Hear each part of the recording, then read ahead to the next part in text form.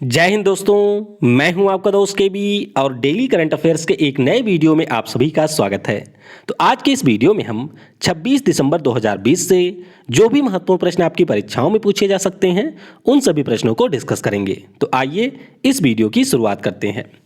पहला प्रश्न है, 2014 से प्रत्येक वर्ष राष्ट्रीय सुशासन दिवस कब मनाया जाता है? तो यहाँ पर बात हो रही है नेशनल गुड गवर्नेंस डे की। तो आपको याद रखना है कि प्रत्येक वर्ष 25 दिसंबर को मनाया जाता है राष्ट्रीय सुशासन दिवस। अब यह दिवस मनाया क्यों जाता है? तो जनता के प्रति जो सरकार की जवाबदेही होती है, जैसा कि सरकारों की होती नहीं है, तो उसी के प्रति जनता को जागरूक करने के लिए यह दिवस 25 दिसंबर को मनाया जाता है। अब 25 दिसंबर को ही क्यों होता है? क्योंकि हमारे भारत के 10वें नंबर के जो प्रधानमंत्री थे अटल बिहारी वाजपेयी जी, इनका जन्म दिवस होता है 25 दिसंबर को और इसीलिए प्रत्येक वर्ष राष्ट्रीय सुशासन दिवस 25 दिसंबर को मनाया जाता है। तो ये आप यहाँ से याद रखेंगे। अब इस अवसर पर एक घटना हुई है। घटना का मतलब ये है कि हमारे वर्तमान पीएम नरेंद्र मोदी जी के द्वारा पीएम किसान योजना के अंतर्गत 18,000 करोड़ रुपए जो भी हमारे लाभार्थी किसान हैं उनके खाते में डायरेक्ट ट्रांसफर किए गए हैं। तो आपको ध्यान रखना है पीएम किसान योजना के बारे में, जिसके अंतर्गत जो भी हमारे छोटे और सीमांत किसान हैं उनके खातों में 6,000 रुपए सरकार के द्वारा प्रति वर्ष भेजे जाते हैं। तो ये भी आपको याद रखना है। इस वीडियो की जो पीडीएफ है वह आपको मिल जाएगी टेलीग्राम पे ऊपर। तो टेलीग्राम पर आपको सर्च करना है केवी गुरुजी, जहां से आप इसके पीडीएफ को डाउनलोड कर सकते हैं। और वीडियो अगर आपको पसंद आता है तो इसे लाइक करने के साथ अपने सभी दोस्तों के साथ में शेयर जरूर करिएगा। टॉपिक वाइज करंट अफेयर्स की सीरीज में आज के पहले वीडियो में हम लोग जनवरी से लेकर के जून के बीच में जो भी हमारे महत्वपूर्ण दिवस थे उसको डिस्कस करेंगे और जो हमारा दूसरा वीडियो होगा उसमें हम लोग ब्रांड एम्बेसडर को डिस्कस करेंगे। तो वीडियो को आपको पूरा देखना है, इसके अलावा अपने सभी दोस्तों के साथ में शेयर भी जरूर करना है। अगला प्रश्न है, दिसंबर 2020 में end of train telemetry system को स्थापित करने वाला भारत का पहला रेलवे जोन कौन बना? तो पहला रेलवे जोन बन गया है पूर्वी तट रेलवे, जिसका मुख्यालय आपको उड़ीसा की राजधानी भुवनेश्वर में मिलेगा। तो ये आप ध्यान रखेंगे। अब end of train telemetry system होता क्या है, आइए इसको हम लोग थोड़ा सा समझते हैं। तो यहाँ पर आपके सामने एक मालगाड़ी दिख रही होगी। तो पहले तो आप यही ध्यान रखेंगे कि यह सिस्टम हमारे देश में चलने वाली मालगाड़ियों के लिए स्थापित किया जाएगा। तो यहाँ पर क्या होता है कि जो हमारी मालगाड़ी होती है उसमें आपको आगे मिलेगा एक इंजन, बीच में हमारे कई सारे डिब्बे होते हैं जिनके अंदर सामान लदा हुआ होता है और लास्ट में एक होता है गार्ड का डिब्बा। तो ये जो गार्ड होता है वह कनेक्ट होता है यहाँ पर इंजन में बैठे हुए पायलट के साथ में। अब इनके बीच में कम्युनिकेशन होता है और उसी के आधार पर ये जो हमारी ट्रेनें होती हैं उनका संचालन किया जाता है। तो अब ये जो गार्ड भाई साहब हैं इनकी नौकरी है खतरे में, यानी कि अब इनको सेवा मुक्त कर दिया जाएगा। किस प्रकार से? अब यहाँ पर ये जो डिवाइस है इंड ऑफ ट्रेन टेलीमेट्री, इसको इंस्टॉल कर दिया जाएगा आखिरी डिब्बे में और इसके माध्यम से पूरे ट्रेन में जो भी गतिविधि होती है उसके ऊपर पायलट के द्वारा नज़र रखी जा सकेगी। यानी अब इन गार्ड भाई साहब की कोई ज़रूरत नहीं होगी, पूरे ट्रेन का जो संचालन है वह इसी पायलट के द्वारा किया जाएगा। तो यही आपका है end of train telemetry system. तो इस सिस्टम के बारे में आप ध्यान रखेंगे कि उड़ीसा के अंगुल में जो इलेक्ट्रिक लोकोसेड है वहाँ पर इसे स्थापित किया गया है और उसकी टेस्टिंग भी यहीं पर की गई। ये जो टेक्नोलॉजी है इसे हम लोग खरीद रहे हैं यूएसए और दक्षिण अफ्रीका से। तो कुल मिलाकर के 10,000 डिवाइस खरीदने की योजना है भारतीय रेलवे की। तो ये आप यहाँ से याद रखेंगे। अगला प्रश्न है, दिसंबर 2020 में किस राज्य का सोकर वेटलैंड कॉम्प्लेक्स भारत का 42वां रामसर स्थल बना है? तो ये आपके लद्दाख का एक रामसर स्थल है। तो इस प्रश्न का ऑप्शन डी करेक्ट होगा। अब रामसर स्थल के बारे में हम लोग कई बार डिस्कस कर चुके हैं कि 1971 में ईरान के रामसर शहर में एक समझौता हुआ था। समझौता किस बात के लिए था?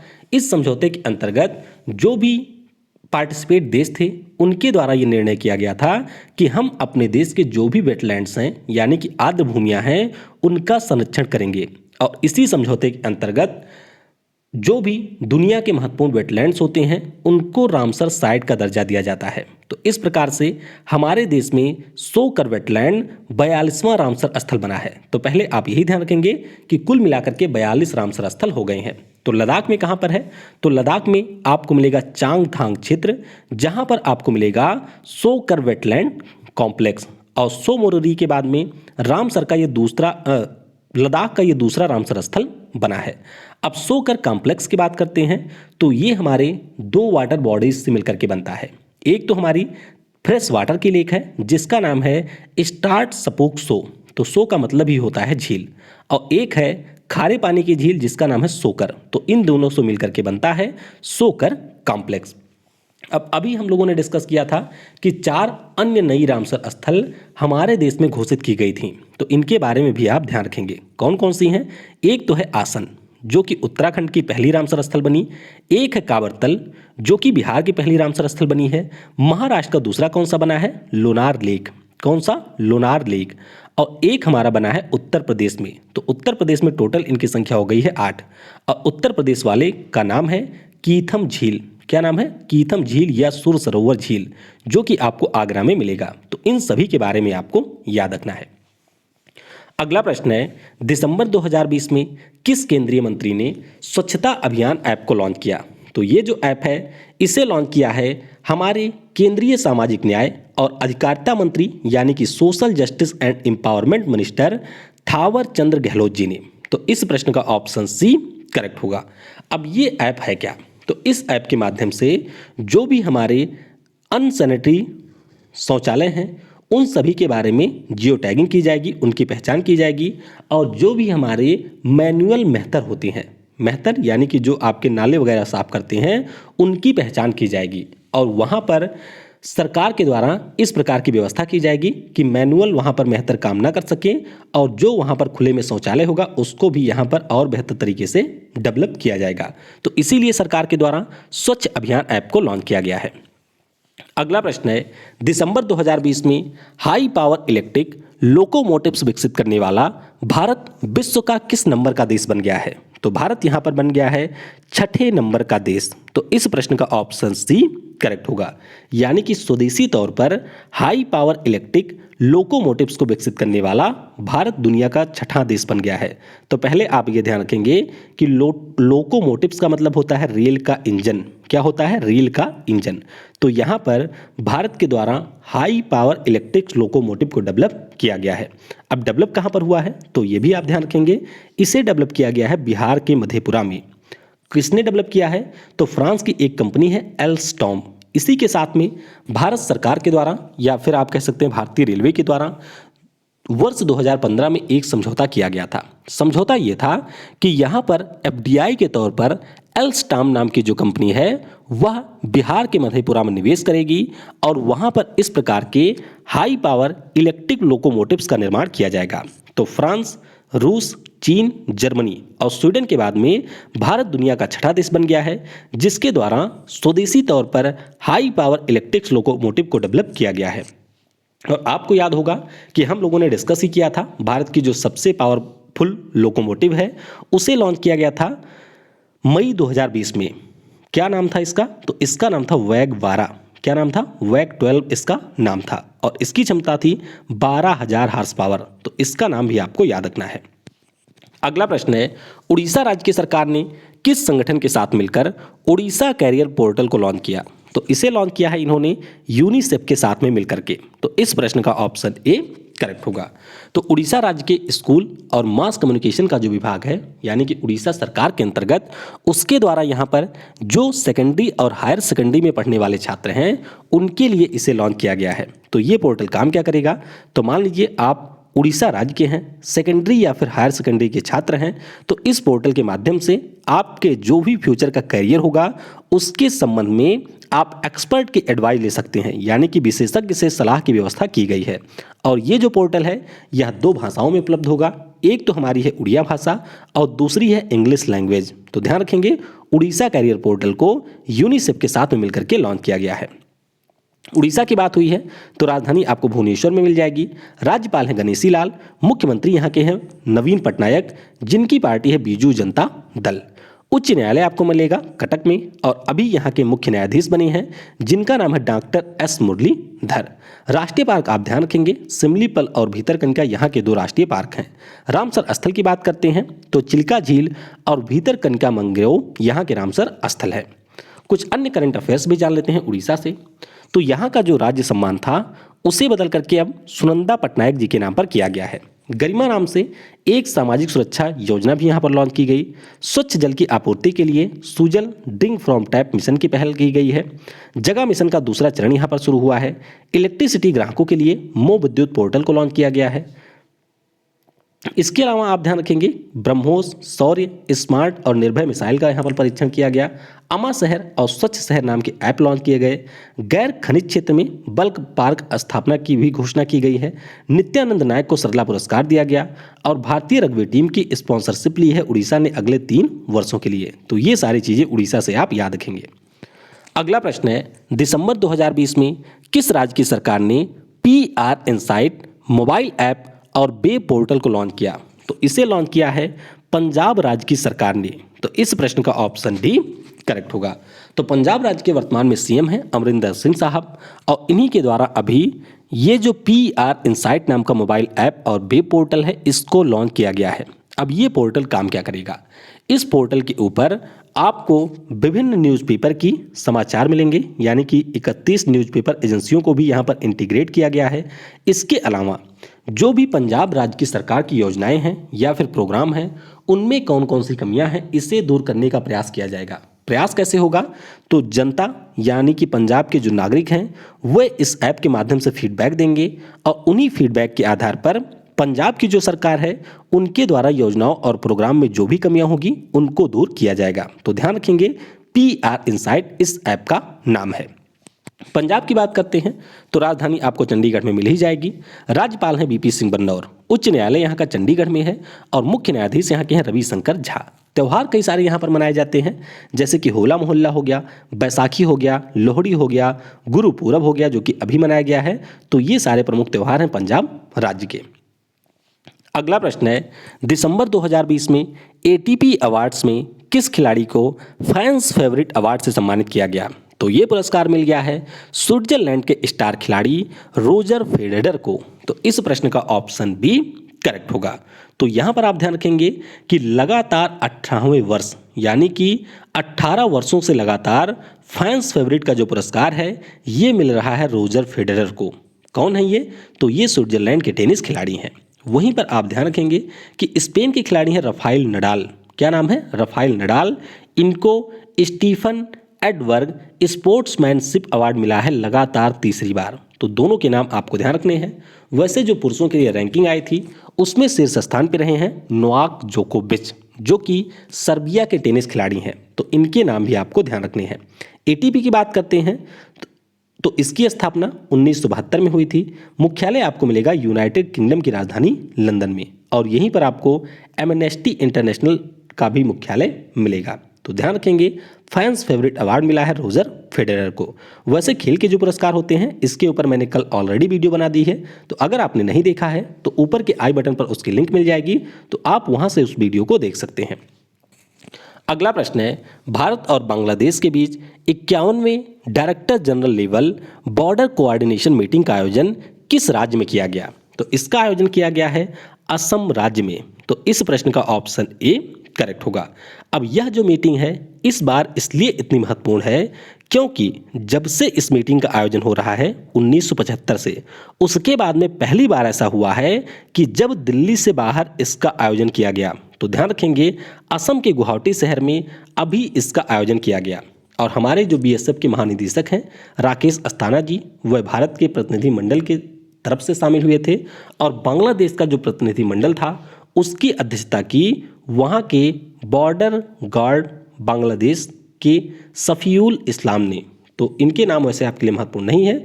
फिलहाल के लिए आप ध्यान रखेंगे कि असम के गुवाहाटी में इसका आयोजन 5 दिनों के लिए किया गया।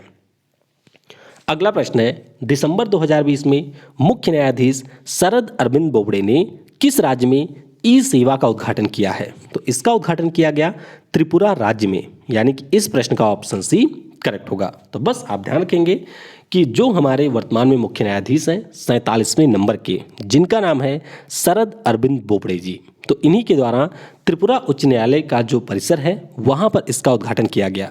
अब ई सेवा है क्या? तो ई का मतलब होता है इलेक्ट्रॉनिक।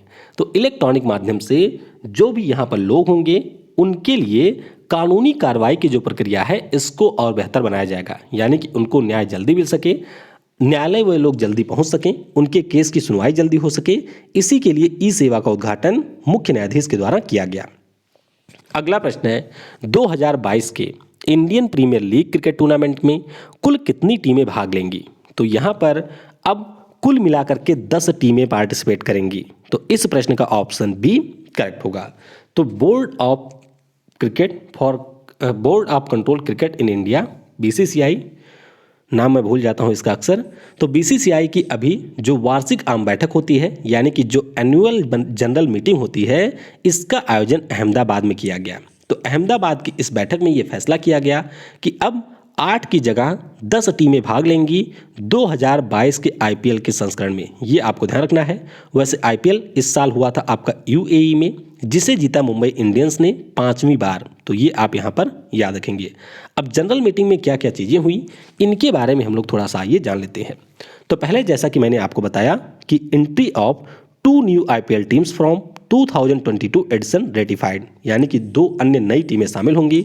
इसके अलावा एक बहुत ही महत्वपूर्ण फैसला हुआ है कि जो हमारा T20 क्रिकेट होता है इसको शामिल करवाया जाएगा 2028 में, जो अमेरिका के लॉस एंजल्स में ओलंपिक होगा। तो ये एक महत्वपूर्ण फैसला है। तो यह संभव है कि ओलंपिक में भी आपको क्रिकेट देखने को मिलेगा। इसके अलावा जो राजीव शुक्ला हैं इनको वाइस प्रेसिडेंट के रूप में अपॉइंट किया गया है। तो ये कुछ प्रमुख चीज़ें हुई हैं इस जनरल मीटिंग के दौरान। अगला प्रश्न भी बीसीसीआई से ही रिलेटेड है। दिसंबर 2020 में बीसीसीआई द्वारा मुख्य चयनकर्ता के रूप में किसे नियुक्त किया गया? तो पूर्व हमारे क्रिकेट खिलाड़ी चेतन शर्मा को बीसीसीआई के द्वारा मुख्य चयनकर्ता के रूप में नियुक्त किया गया है। तो इस प्रश्न का ऑप्शन डी करेक्ट होगा।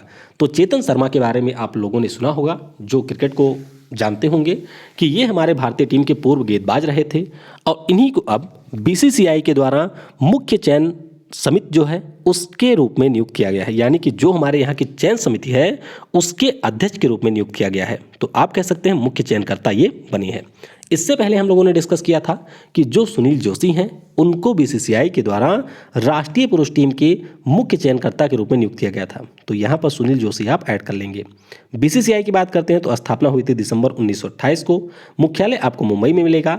वर्तमान में इसके 39वें नंबर के अध्यक्ष हैं सौरभ गांगुली, और अमित शाह के भी जो बेटे हैं जय शाह, वह इस समय बीसीसीआई के सचिव हैं।